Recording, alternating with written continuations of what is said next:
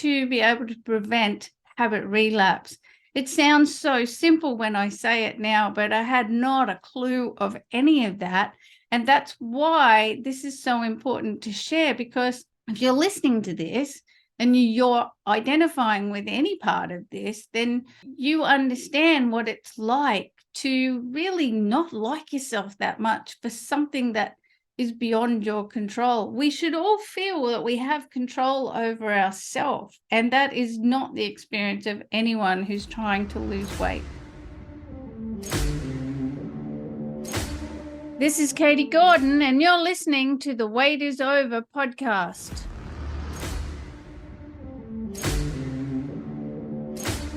Welcome, health and freedom seekers. Sit back and relax as you come on this journey of overcoming obstacles so you can lose weight, gain health, and live the life you've been looking for.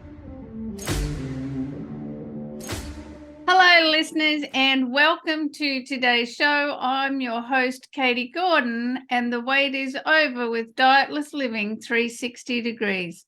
There's no recipes, no food regimes, no exercise programs to follow. How about that? A weight loss program with no recipes, no food regimes, and no exercise programs to follow.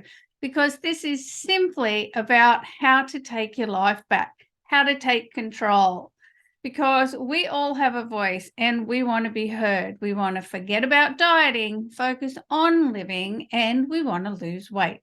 But to do that, we have to develop our personal health leadership skills so that we can create a new mindset, a mindset that gets us over all the obstacles and challenges of life, and more importantly, our own unconscious programs that ultimately what's really impacting on our weight and health and causing habit relapse.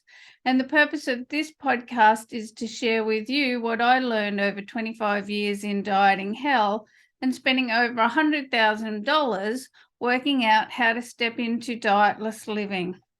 Because there really are so many people out there struggling with their weight and suffering the consequences of ineffective weight loss solutions.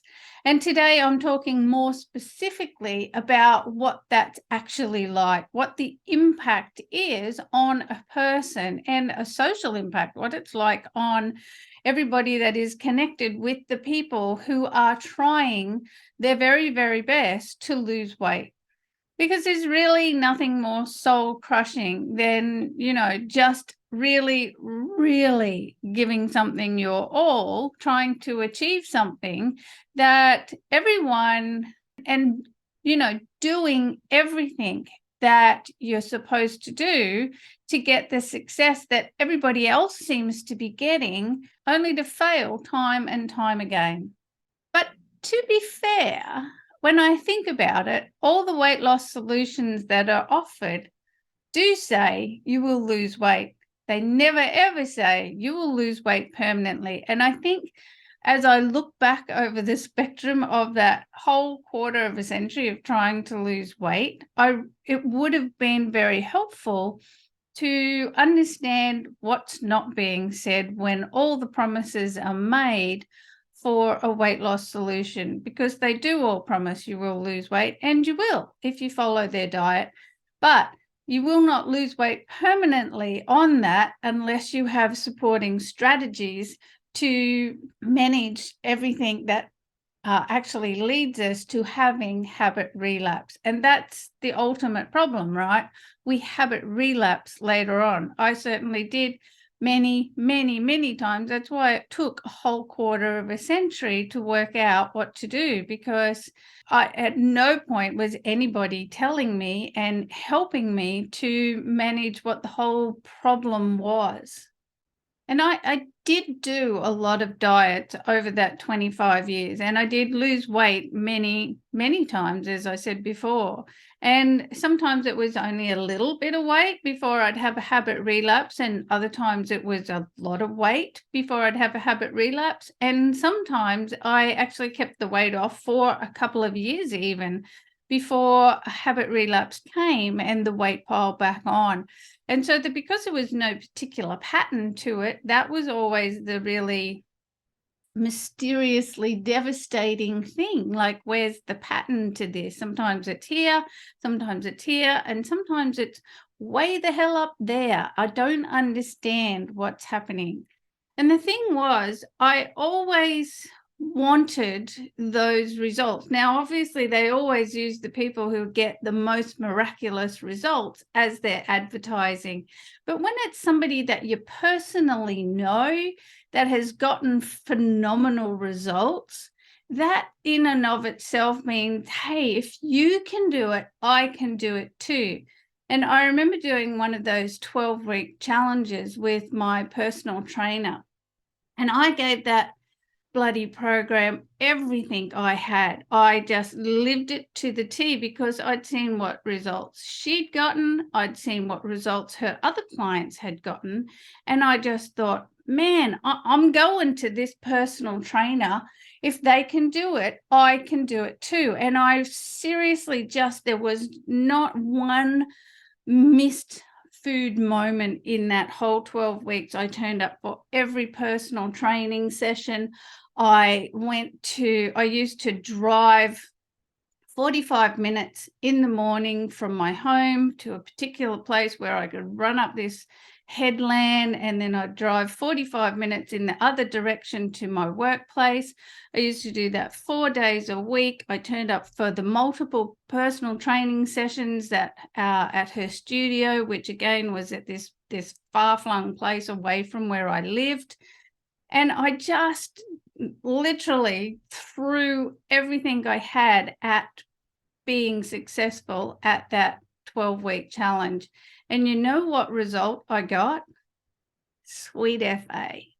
Compared to everybody else, and the image that I had in my mind that I was going to look like at the end of that 12 weeks were nowhere near what they should have been. And, to be fair, because I had this image of some bodybuilder kind of super slender size 6 person as my result, the fact that what result I did get, which was still phenomenal because my body looked amazing because of all the exercise I had done, but because there was such a disparity between the two, I couldn't reconcile it in my mind, in my emotional self. And I didn't even go in for the final weigh-in because I was just so crushed by the whole failing to get this image. And really, that is the problem, right? It's this image that we have in our mind. And I tell you what, that motherfucker of a program crushed me like a bug. I fell into a very, very deep, dark depression after that, not only because I didn't get the results I wanted, but I was mentally and emotionally exhausted from that 12-week push to get something. And I'm pretty sure you can guess that it didn't take long for me to have a habit relapse after that.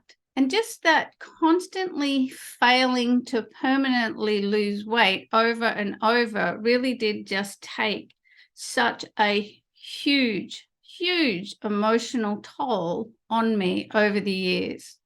Because the more that I tried and failed, the less I believed in myself and my ability to actually be successful in other areas of my life. It wasn't just this one area that losing weight impacts on. Losing weight and putting it back on over and over actually has this massive ripple effect out into all areas of our life. And honestly, the social impact of ineffective weight loss solutions, unsustainable weight loss solutions, are really just crushing the souls of so many men and women. That constant struggle just to permanently lose weight so that we can just forget about it and just get on with life leads to a lot of self-hatred. It certainly did for me. and not just of my body and how I saw myself and what I could achieve and what I obviously couldn't achieve. Like, that was devastating in and of itself. But it was self-hatred of a mind and body that felt like it was constantly betraying me. There's really no way to actually describe the feelings of isolation caused by being overweight, because I not only felt separate from other people because I felt there was something wrong with me, it became a belief about myself that there was something not okay with me because I had this problem. I had this inability to master myself, and people are pretty unkind, let's face it. They will, in their own way, say things that perhaps they perceive as being helpful, but really are negative implications on my ability, who I am as a person. You'd hear some people go, well, where's your willpower? Like, why can't you just say no? And that's okay. Well, I did.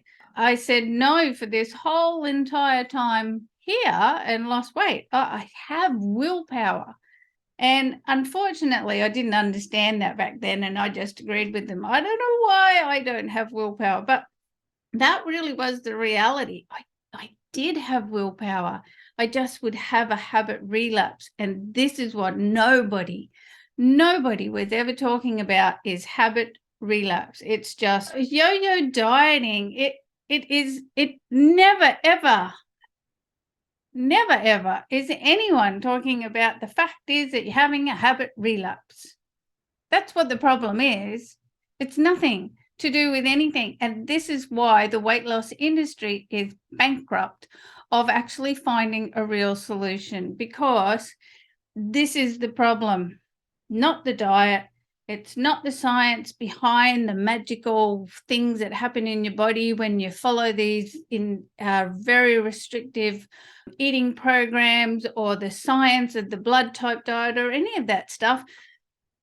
The thing is, you can't stick to that for life because you have a habit relapse. And this is where we really have to focus our attention. And then the other stuff, honestly, just takes care of itself. And I tell you what, coming back to the social isolation, there's so many times, like, this is a time when you need support from people. And to be fair, a lot of people don't know how to support you if they haven't got the problem. And if they do have the problem, well, they're stuck in the same boat as you. Because I remember I had friends who struggled with their weight as well. And because we were all looking for the same answer, nobody had an answer, because nobody was talking about what the real problem is, which is habit relapse and some of the other problems that actually lead to us eating the wrong food. It's like, we do know what we shouldn't be eating. We just don't know why we're still eating it. That's our main problem. And that social isolation of just staying home. I stayed home a lot because I didn't want to go out. I didn't have any clothes to wear. And there was, these few things that I'd selected to go to work, and a few social, just to the shops and around the house. Like, you dress these few same outfits.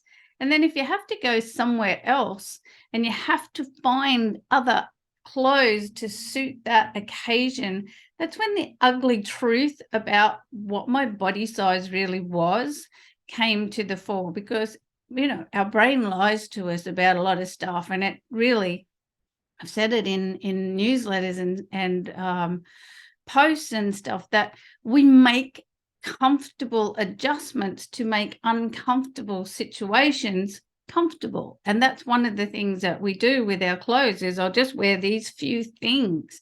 And that's our social isolation, because we're not going out. We don't feel good about ourselves. We're not moving out of this comfort zone, because in this comfort zone, we can cope with the fact that there's something going on that we don't have power over. And really, there are some positives that come out of that 25 years. Obviously, I worked out how to create dietless living, which has been a complete revelation for me and changed the last 12 years of my life from being ones of absolute misery and struggle to ones of joy and happiness. I mean, I still have to deal with the day-to-day life of my father dying and friends dying and the stress and anxieties that come with many of these big life events. But overall, my day-to-day life is happy. I can turn my attention to other things, to building a business, to having a life, to just being happy every day instead of constantly funneling all of my time, my focus, my energy, and my finances into working out weight loss. And the reality is, I did absolutely 100% learn a lot of things through that 25 years. I learned a lot about food because doing all the different diet regimes, whether it was vegetarian, blood type diet, keto, the raw food diet. I really actually like the raw food diet. The food that you can make from raw food is so much more decadent than any cooked food you'll ever eat. However, it's just such an arduous process of it's very time consuming. And of course, it's not socially sustainable because there's not a restaurant out there that is selling raw food. There was one on the Gold Coast, I remember. I think it was called Earth and Sea or something. Man, that food was the best food I'd ever eaten. But it's not sustainable. But I did learn a lot about raw food and the raw food diet, from vegetarian, from fasting. I learned that fasting doesn't work for me. It does work for some, but it doesn't work for me. Food combining and, the reducing your sugars and your fats, good fats, all of that stuff, and living an organic lifestyle and a processed food-free lifestyle as well. I worked in the organics industry for 10 years and I studied naturopathy. I know a lot about food, and that was through my quest to understand myself. But making better food choices and changing my lifestyle never, ever, ever stopped overconsumption and the habit relapses into eating more sugars, eating more fats, and just simply over-consuming food. And, I say it all the time, right? I spent over $100,000 over that quarter of a century, but really it was so, so much more. It costs a lot of money to go on specialized diets, the food that you have to buy, the different way you have to stack your pantry, recipe books, all of that sort of thing. There's, obviously gym memberships. I didn't include any of that in the 100,000 that I spent. That was simply about the educational portion of trying to work out what the hell was wrong with me. There's nothing wrong with me. I just didn't know I was having habit relapse. And of course, spent so much money on gym memberships, personal trainers. I had at least 7 different personal trainers over that time, home exercise equipment. I rented, I bought everything from big stuff down to just many videos and DVDs. And there was also, think about the truckloads of supplements that I took, because I was always going to naturopaths, doing my own research, buying things at the health food shop that were, touted to be fat burners and help you lose weight, and all of these things that marketing is out there, and we fall for it because we're looking for something. And at the moment, there's people doing the injections. Nobody knows what the long-term effect of these things are because there are no long-term studies. We're so focused on losing the weight that we've lost sight of what it means to be healthy.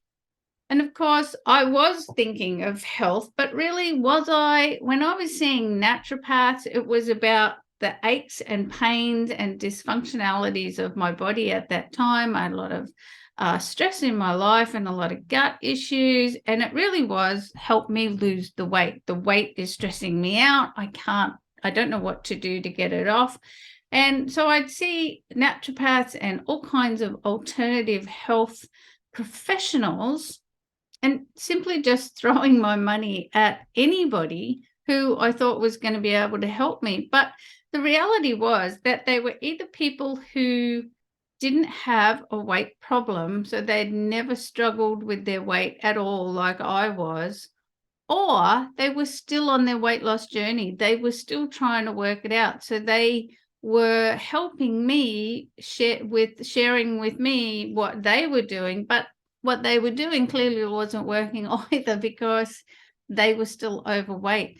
And there should have been something going on in my mind about that. But when you feel so alone, you're looking for somebody else that's struggling too.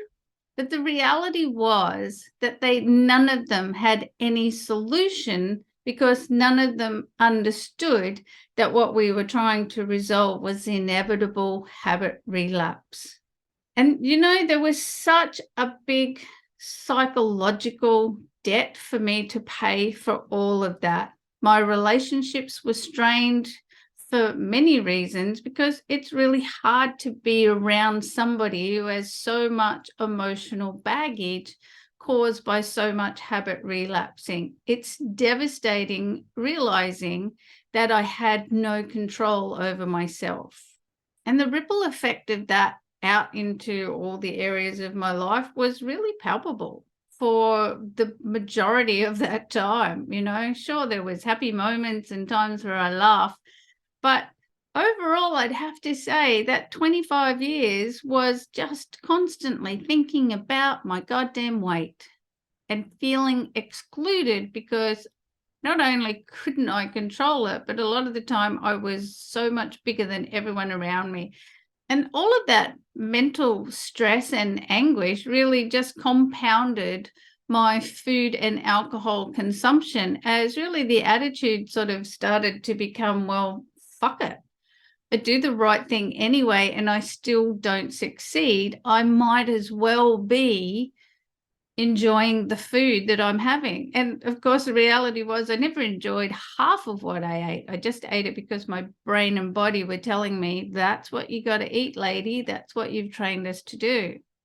There's also a lot of things that happen physically for us when we're piling on weight and then ripping it off through restrictive diets and super intensive exercise programs. I used to go to those boot camps. Man, I work so hard, and I look at people who are doing them now and I think, I hope you're doing it right, because a lot of times when you're being led in those boot camps, the guy's up front or the woman's up front leading the group, or they're sitting on the beach telling you to do stuff, and they're not watching your form. They're not checking how you're doing it and how you're using your posture and your body and holding your core. You get exhausted. You forget about form, and it's very damaging to your body. And I think that's a lot of the problems that I had then. I was just exercising like a maniac for long periods of time and exhausting myself. But all of that stuff, that putting on the weight and taking it off, it all just messed me up mentally and emotionally. And the more I failed, the more punishing that I was to myself.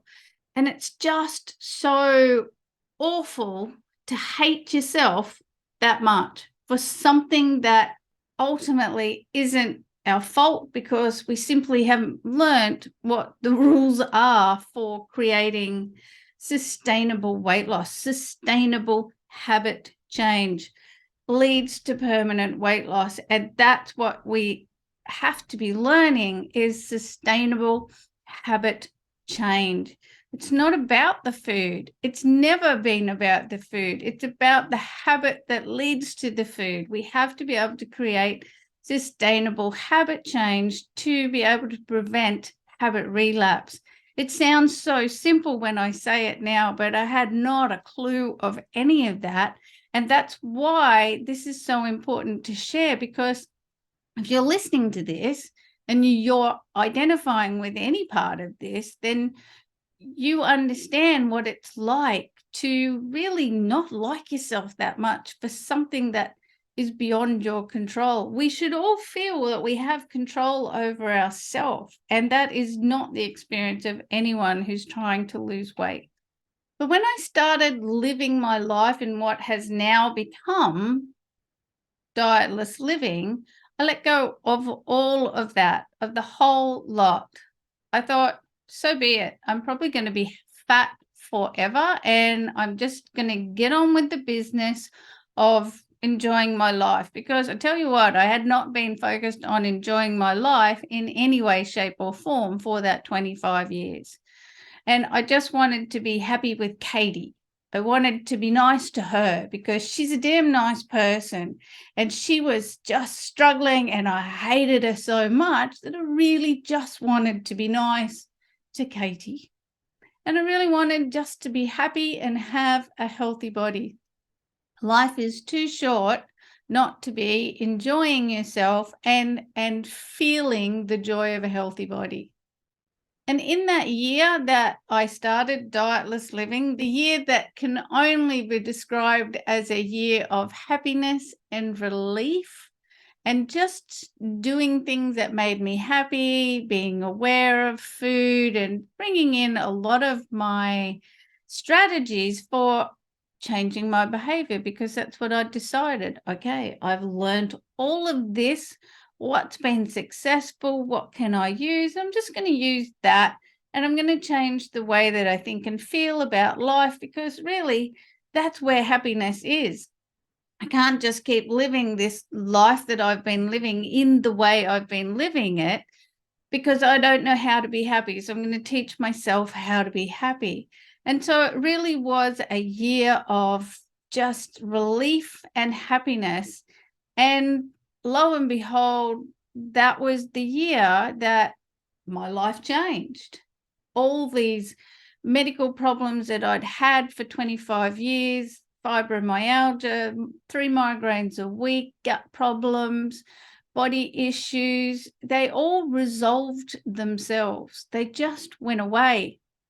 I lost 20 kilos, which, all of that stuff was amazing to me, because I simply wasn't focused on doing any of that. I just wanted to be happy, and I just wanted to go through my days feeling, okay, I'm going to a job I hate, but how can I enjoy my job even though I don't like it? I have to work with these people that make my life very stressful. How am I going to change how I'm thinking and feeling about these people? Like, what am I going to do to change my life? And it turns out that everything I did and continued to do and still do today are what prevents habit relapse. All of what I did in that year and still continue to do now is what provides the path to sustainable habit change and permanent weight loss. And that's why I do this podcast, because if there's anything at all that I'm sharing that is either providing you some assistance or providing you some insight or helping you in any way, then job done in my books. That's a big tick for me. I'm happy. I'm sharing, because we just need to end the suffering so that we can get on with our lives and change what's happening, not just in our lives, but in the lives of the people that are around us and watching us, our kids, our family, our friends, the people that we work with. When we make a change, there is a ripple effect, and I'm on board with that. And if you want more help with this, just book in for a private session, and let's just get on with it this week, because life is for living, and an ounce of adjustment is always easier to implement than 20 pounds of change. It's time to enjoy the life that you've been looking for.